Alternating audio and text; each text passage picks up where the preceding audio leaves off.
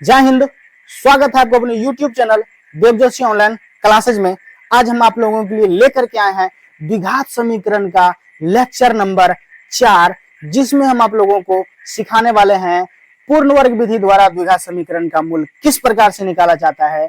उससे पहले अगर आप अभी तक हमारे चैनल को सब्सक्राइब नहीं किए हैं तो सबसे पहले आप हमारे चैनल को सब्सक्राइब करके बेल आइकन को ऑल पर सेट कर ले, ताकि जब भी हम वीडियो अपलोड करें सबसे पहले नोटिफिकेशन आप तक पहुंचे। तो चलिए बिना समय लिए वीडियो को शुरू करते हैं और सीखते हैं द्विघात समीकरणों का मूल पूर्ण वर्ग विधि द्वारा किस प्रकार से निकाला जाता है। तो यहाँ पर हमारे पास एक समीकरण लिखा हुआ है 2x² माइनस का 7x प्लस 3 बराबर का 0।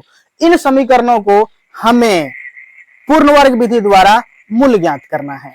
तो पूर्ण वर्ग विधि द्वारा मूल ज्ञात करने के लिए हमारे पास दो फॉर्मूला है, जिस फॉर्मूला को हमें याद रखना पड़ेगा। अगर ये दो फॉर्मूला हमारे पास याद नहीं है तो फिर हम पूर्ण वर्ग विधि द्वारा द्विघात समीकरण का मूल ज्ञात नहीं कर सकते हैं। हमारे पास वो दो फॉर्मूला कौन कौन सा है, चलिए उस पर बात कर लेते हैं। एक फॉर्मूला हमारे पास जो है पूर्ण वर्ग विधि द्वारा द्विघात समीकरण का मूल ज्ञात करने के लिए, वो हमारा है a प्लस बी का होल स्क्वायर, और दूसरा जो फॉर्मूला हमारा है a माइनस बी का होल स्क्वायर। यही दो फॉर्मूला है जो सबको पता होता है। आखिर 10th के स्टूडेंट को तो ये याद रहना चाहिए, क्योंकि ये हम लोग 6th 7th से ही पढ़ते आ रहे होते हैं। तो ये हमारा a प्लस बी का जो होल स्क्वायर होता है, ये हमारा होता है a स्क्वायर प्लस का 2ab प्लस का b स्क्वायर, और a माइनस बी का जो होल स्क्वायर होता है वो हमारा होता है a स्क्वायर माइनस का 2ab प्लस का b square. a square minus का 2ab प्लस का b स्क्वायर, ये दो फॉर्मूला, यही दो फॉर्मूला हमारे पूर्ण वर्ग विधि द्वारा द्विघात समीकरण का मूल ज्ञात करने में प्रयोग होने वाला है। ये फॉर्मूला हम लोगों को याद हो गया। अब बात करते हैं ये वाले समीकरणों पर और देखते हैं इस समीकरणों का हल पूर्ण वर्ग विधि से किस प्रकार से निकलता है। वीडियो में लास्ट तक बने रहिए, आसानी से आप लोगों को समझ में आएगा। समझ में नहीं आया तो वीडियो को डिलीट कर दूंगा। तो चलिए यहां पर शुरू करते हैं और यहां पर देखते हैं। सबसे पहले या तो हमको इन द्विघात समीकरणों को a प्लस बी के होल स्क्वायर पर तोड़ना है, या फिर a माइनस बी के होल स्क्वायर पर तोड़ना है। और इसको हम समझेंगे कैसे कि ये वाला जो समीकरण है a प्लस बी के होल स्क्वायर पर टूटेगा या a माइनस बी के होल स्क्वायर पर टूटेगा। तो इसके लिए भी एक ट्रिक है। क्या ट्रिक है? अगर यहां पर द्विघात समीकरण है तो द्विघात समीकरण में 3 पद होता है। एक शुरू वाला एक्स स्क्वायर वाला पद, एक बीच वाला होता है एक्स वाला पद, और एक लास्ट वाला पद होता है सी। तो हमें कैसे पता चलेगा कि a प्लस बी पर टूटेगा या a माइनस बी के होल स्क्वायर पर टूटेगा? तो चलिए यहां पर समझते हैं। तो यहां पर इन दोनों में से किस पर टूटने वाला है ये हमारा द्विघात समीकरण, तो उसको समझने के लिए हमें इस 3 पदों में से बीच वाले पदों पर ध्यान देना होगा। अगर बीच वाले पदों का चिन्ह अगर माइनस है तो यह द्विघात समीकरण a माइनस बी के होल स्क्वायर पर खत्म होने वाला है। मतलब a माइनस बी के होल स्क्वायर पर इसको हम तोड़ेंगे। अगर ये बीच वाला पद प्लस में है तो फिर वो हमारा a प्लस बी का जो फॉर्मूला है वो लगने वाला है। इतना बात हम लोग जान चुके हैं, और इतना बात जानने के बाद हम लोगों को क्या करना होगा? तो लास्ट तक बने रहिए, आपको समझ में आएगा। तो चलिए, अगर a प्लस बी के होल स्क्वायर पर टूटा कोई दिक्कत नहीं है, अगर a माइनस बी के होल स्क्वायर पर टूटा कोई दिक्कत नहीं है, चाहे a प्लस बी के होल स्क्वायर पर टूटे या a माइनस बी के होल स्क्वायर पर टूटे, हमें क्या आने वाला है? दोनों कंडीशन में पहला चीज a स्क्वायर, इसमें भी a स्क्वायर, इसमें भी a स्क्वायर, यानी कि a का स्क्वायर, यानी कि पहला पद जो हमारा आने वाला है वो पहला पद हमारा a स्क्वायर बनेगा। यानी कि यहाँ पर जो पहला पद है वो किसी न किसी संख्या का वर्ग होना चाहिए, किसी न किसी संख्या का वर्ग होना चाहिए। अगर ये पहला पद किसी न किसी संख्या का वर्ग है तो कोई बात नहीं, सीधे बना सकते हैं। अगर वर्ग नहीं है तो सबसे पहले उसको वर्ग के रूप में बनाना होगा।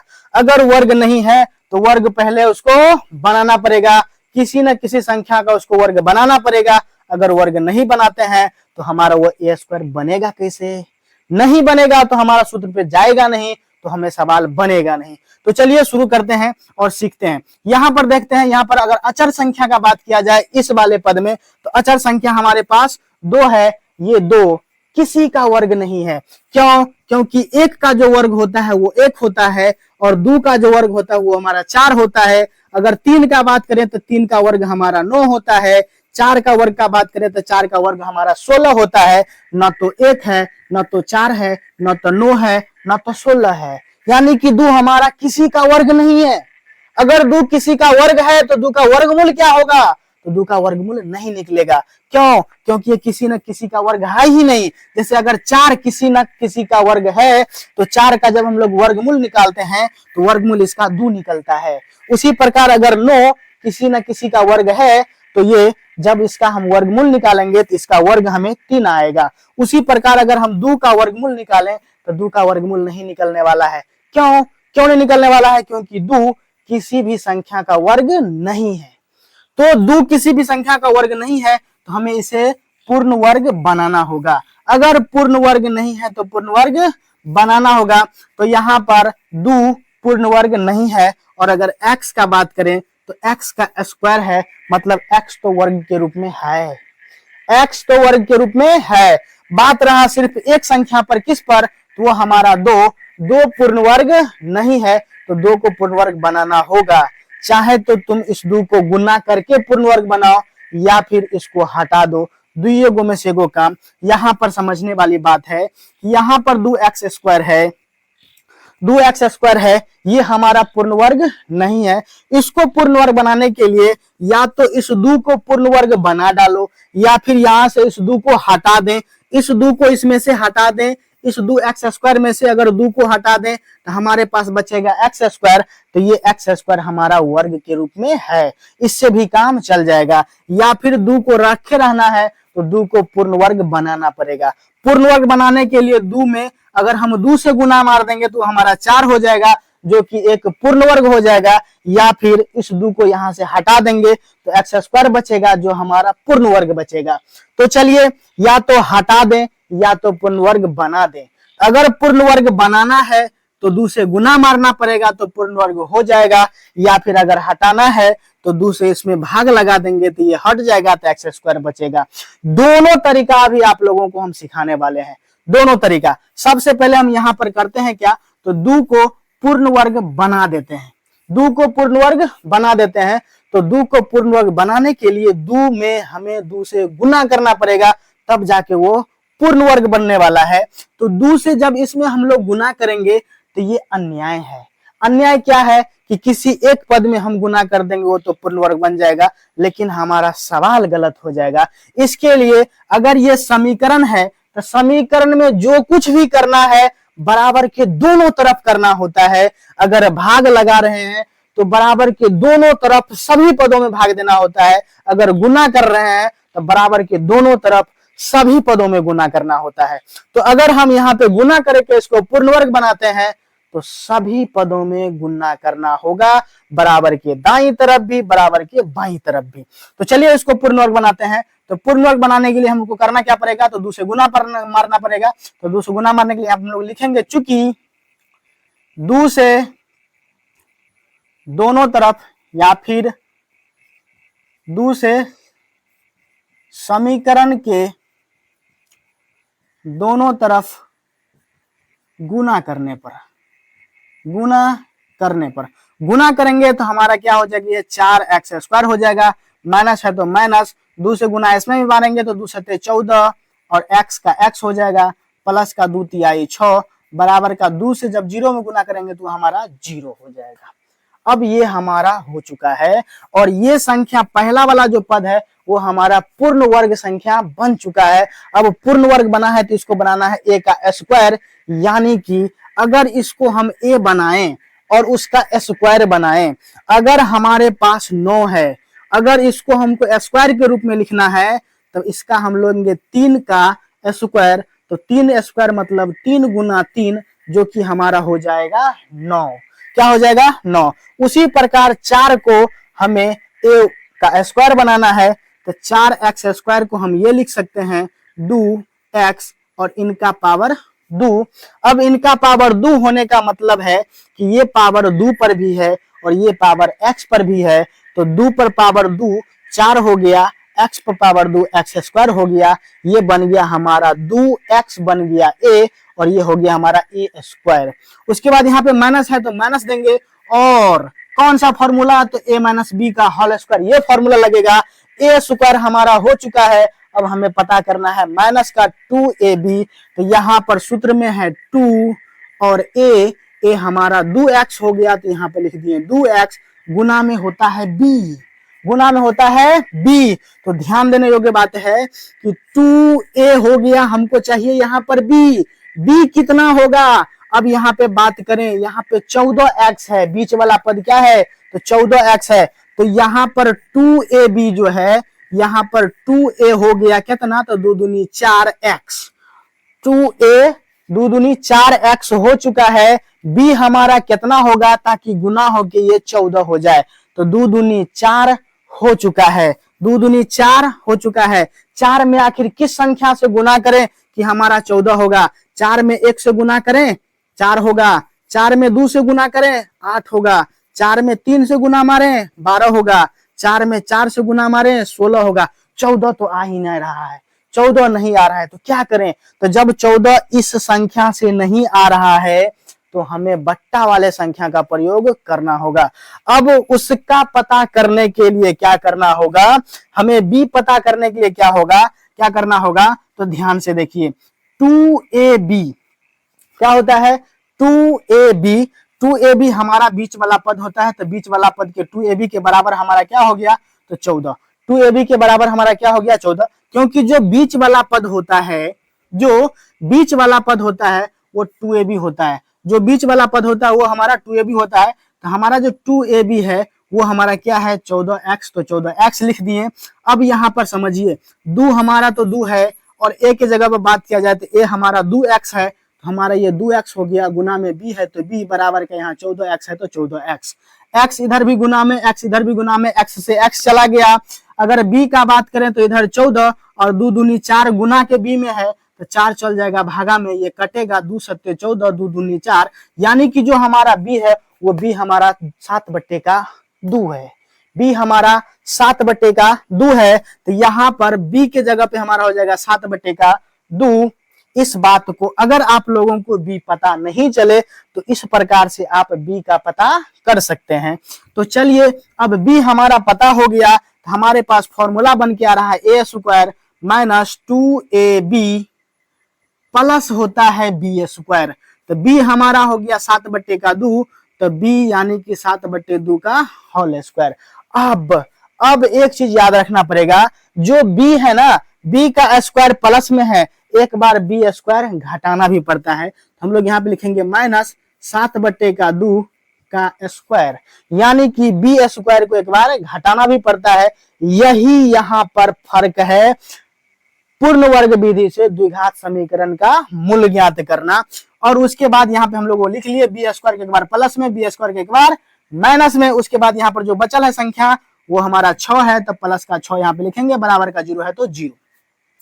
अब अगर ध्यान से देखा जाए तो a² माइनस 2ab प्लस का b², यानी कि यहां से लेकर यहां तक, यहां से लेकर यहां तक हमारा एक फॉर्मूला है a² minus 2ab plus b²। किसका फॉर्मूला है, तो a माइनस b का होल स्क्वायर का, जिसमें a क्या है, a हमारा 2x है, माइनस है तो माइनस, b क्या है, तो b हमारा 7/2 है, 7/2 इसका होल स्क्वायर। यहां तक तो ये फॉर्मूला है। उसके बाद इधर जो संख्या बचा हुआ है उसको ऐसे ही बराबर के दाईं तरफ भेज देना है।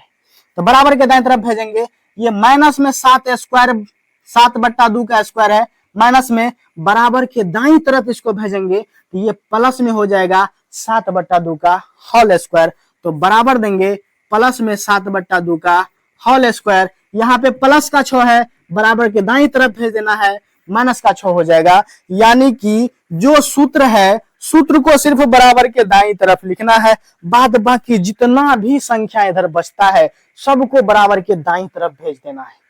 जैसे ही भेज देंगे तो यहाँ पर इस रूप में हमारा आ जाएगा। अब यहाँ से इसको सॉल्व करना है तो हमारे पास 2x माइनस 7 बटे का 2 का होल स्क्वायर, यहाँ पर कभी भी पुनः होल स्क्वायर को तोड़ नहीं देना, क्योंकि होल स्क्वायर तो यहाँ पर टोटल था, उसको इस रूप में लाए हैं। सिर्फ होल स्क्वायर को क्या करना है वो यहाँ पर देखना है। चलिए आगे बढ़ते हैं। तो यहाँ पर 7 बट्टे 2 का होल स्क्वायर लिखा हुआ है, इसका मतलब है कि ये स्क्वायर 7 पर भी है और ये स्क्वायर 2 पर भी है। तो 7 का स्क्वायर हमारे पास हो जाएगा 49 बट्टा 2 का स्क्वायर हमारे पास हो जाएगा 4, माइनस का 6 है तो माइनस का 6। आगे बढ़ते हैं, हमारा हो जाएगा 2x माइनस का 7 बटे का 2 का होल स्क्वायर बराबर, यहाँ पर दोनों का हो जाएगा एलसीएम 49 बटे का 4 माइनस 6 बटे कुछ भी नहीं है तो इसके बटा में कुछ भी नहीं तो 1 होता है। दोनों का एलसीएम लेंगे तो हमारे पास हो जाएगा 4 और 4 से भाग लगाएंगे 4 में तो 1 बार में जाने वाला है, और 1 से जब हम गुना करेंगे ऊपर वाली संख्या में तो 49 गुना 1 49 होने वाला है। तो 49 हो गया।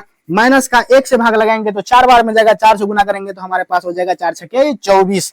आगे चलते हैं, हमारे पास 2x माइनस 7 बटे का 2 का होल स्क्वायर बचा, 49 में से 24 घटाएंगे तो हमारे पास संख्या बचने वाला है 25 बटे का 4। आइए यहाँ पे अब सॉल्व करते हैं। तो हमारे पास ये 25 बटे का 4 हो गया। अब क्या करना है, तो अब इस पावर 2 को बराबर के दाईं तरफ भेजना है। तो पावर यानी कि स्क्वायर बराबर के दाईं तरफ जाता है तो वो रूट चला देता है, और जब रूट किसी संख्या के दूसरे तरफ चलता है मतलब बराबर के दूसरे तरफ जाता है तो वो स्क्वायर बना देता है। तो यहाँ पर ये पावर में 2 है, बराबर के दाईं तरफ भेजेंगे तो ये रूट चढ़ जाएगा।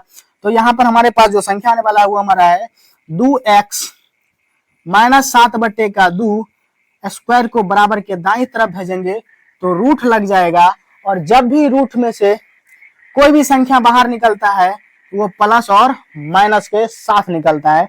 तो रूट किस पर चढ़ेगा, तो 25 बटे 4 पर, क्योंकि 25 बटे 4 पहले से बराबर के दाईं तरफ है।